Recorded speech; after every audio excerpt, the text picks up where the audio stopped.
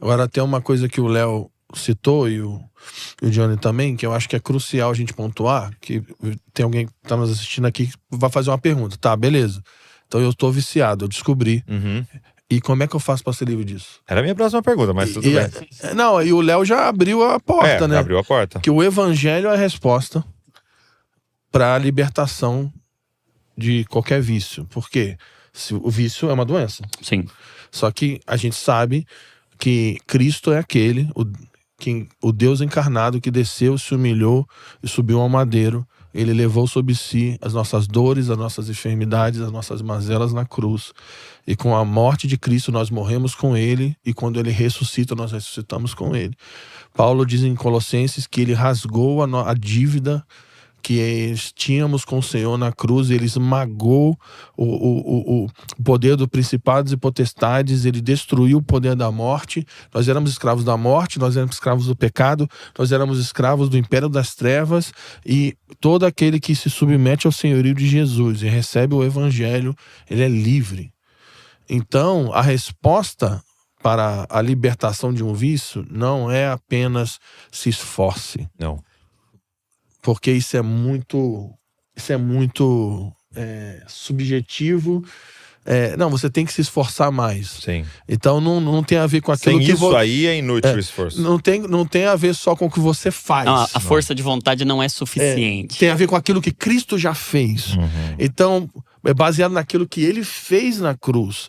Então, quando nós nos submetemos ao evangelho e confiamos a nossa vida em Cristo, há poder na obra da cruz para nos libertar, para nos curar, para nos transportar dessa escravidão, desse império de escravidão, para um reino de amor. Filho amado. Então esse é um ponto. E o outro ponto que eu queria colocar é como continuar desenvolvendo a libertação daqueles que receberam a Cristo. É por meio da comunhão. Porque Gálatas 5 vai dizer o seguinte: existe as obras da carne, que escravizam, e existe aqueles que são guiados pelo Espírito. Então, o que a gente está falando aqui? O que é um vício? É obra da carne. Você está sendo dominado pela carne, e essa carne está te levando a hábitos que estão dominando o seu pensamento, o seu estilo de vida. Então, como é que você luta com isso? Sendo guiado pelo Espírito. Só que lá em Efésios 5, quando Paulo vai dizer o seguinte: os dias são maus. Então, você precisa aprender a remir o tempo. Ou seja, aprenda a viver melhor, pô. Você não está vivendo bem, então vamos remir a maneira de viver. Aí ele diz: como? Não vos embriagueis com vinho. Aí tá falando de vício. Olha lá. Aí ele diz o quê? Enchei-vos do Espírito. Aí agora ele vai dizer como faz para ser cheio do Espírito. Falando entre vós. Comunitário, né? Ele tá com salmos, hinos, tá falando sobre comunhão. Tá falando sobre uma adoração comunitária, e ele termina como? Sujeitando-vos uns aos outros. Então, o poder do evangelho nos liberta, e a comunhão nos empodera no processo de santificação para crescer nisso. E é engraçado que a ciência concorda com isso, né? Eu ia te falar, porque você por um tempo trabalhou ajudando, e até hoje, né? Ajudando pessoas a se libertarem de vícios. Começou até a trabalhar até com tabagismo e tal, né? Qual é a correlação que você fez nesses anos aí do que é esse efeito do evangelho de forma física? A correlação é que o evangelho é a cura.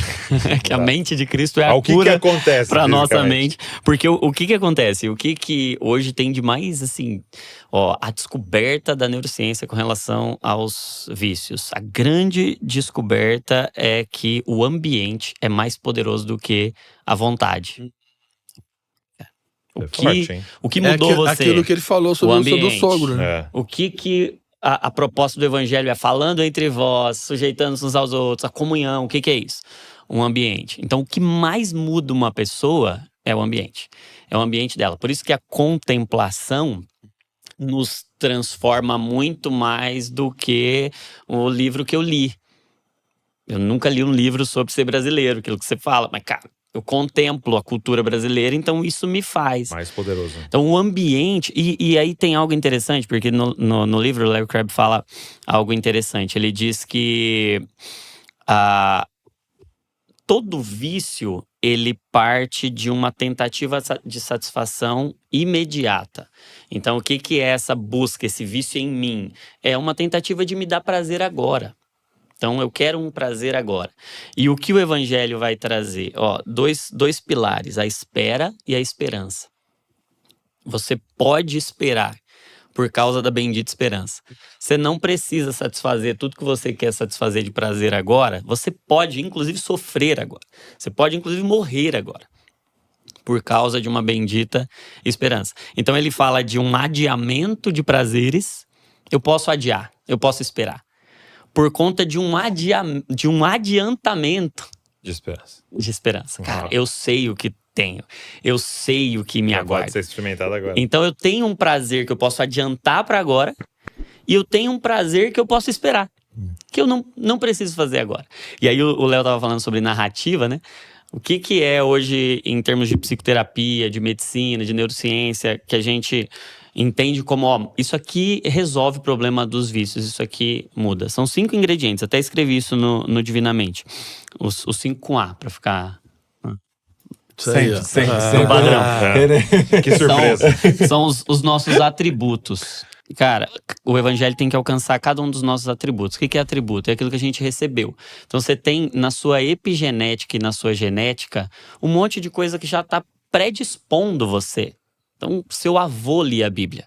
Então você é predisposto a ler a Bíblia porque a sua epigenética carrega ativações e desativações de comportamentos que você fica mais propenso ou menos propenso. Então, os seus hábitos e os seus vícios têm a ver com a sua genealogia. Por isso que a Bíblia tem genealogia em quase tudo. Porque você é resultado também dos hábitos dos seus pais, dos hábitos dos seus avós. Isso não tem a ver com maldição hereditária, tem a ver com genética e epigenética. Em Cristo, não tem maldição hereditária. Não tem maldição hereditária para quem é herdeiro de Cristo. Mas eu tenho uma inclinação natural na carne que, se o evangelho não alcançar, eu vou viver escravo daquilo.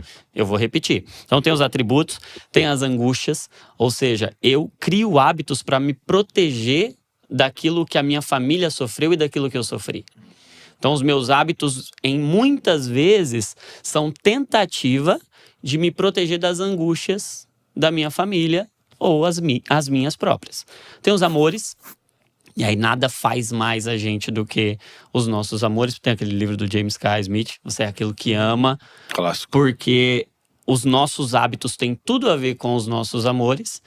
Tem a nossa agenda, porque a gente faz aquilo que a gente agenda para fazer, senão a gente vive num piloto automático. Nós somos o resultado da agenda que nos é dada.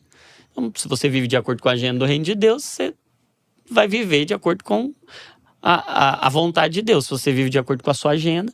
E, por último, o 5º A é o ambiente. E esse é o que mais nos transforma. Esse é o que mais nos faz. Então, o evangelho vai mudar os meus atributos, porque ele vai me dizer que eu não sou quem eu acho que eu sou. Eu sou um filho amado de Deus. Ele vai trazer uma narrativa nova para os meus sofrimentos, para as minhas angústias. Ele vai mudar quem eu amo e o que eu amo. Ele vai mudar a minha agenda e ele vai fazer o principal. Ele vai me colocar num outro ambiente. No ambiente de contemplação da presença de Deus, no Santo dos Santos e num ambiente de comunhão. Então, tudo que o evangelho faz é mudar essa nossa natureza, mudando e transformando nossos vícios em virtudes, transformando nossos hábitos. E por isso que todos deveriam ler divinamente. Exatamente. E salmoterapia. Aproveitando... Salmodiando é o salmoterapia, entendeu? Falando entre voz com salmos. Pegando o gancho do ambiente... Tem um link aí do combo. Tá embaixo. Salmoterapia divinamente vai estar aqui. Tá embaixo.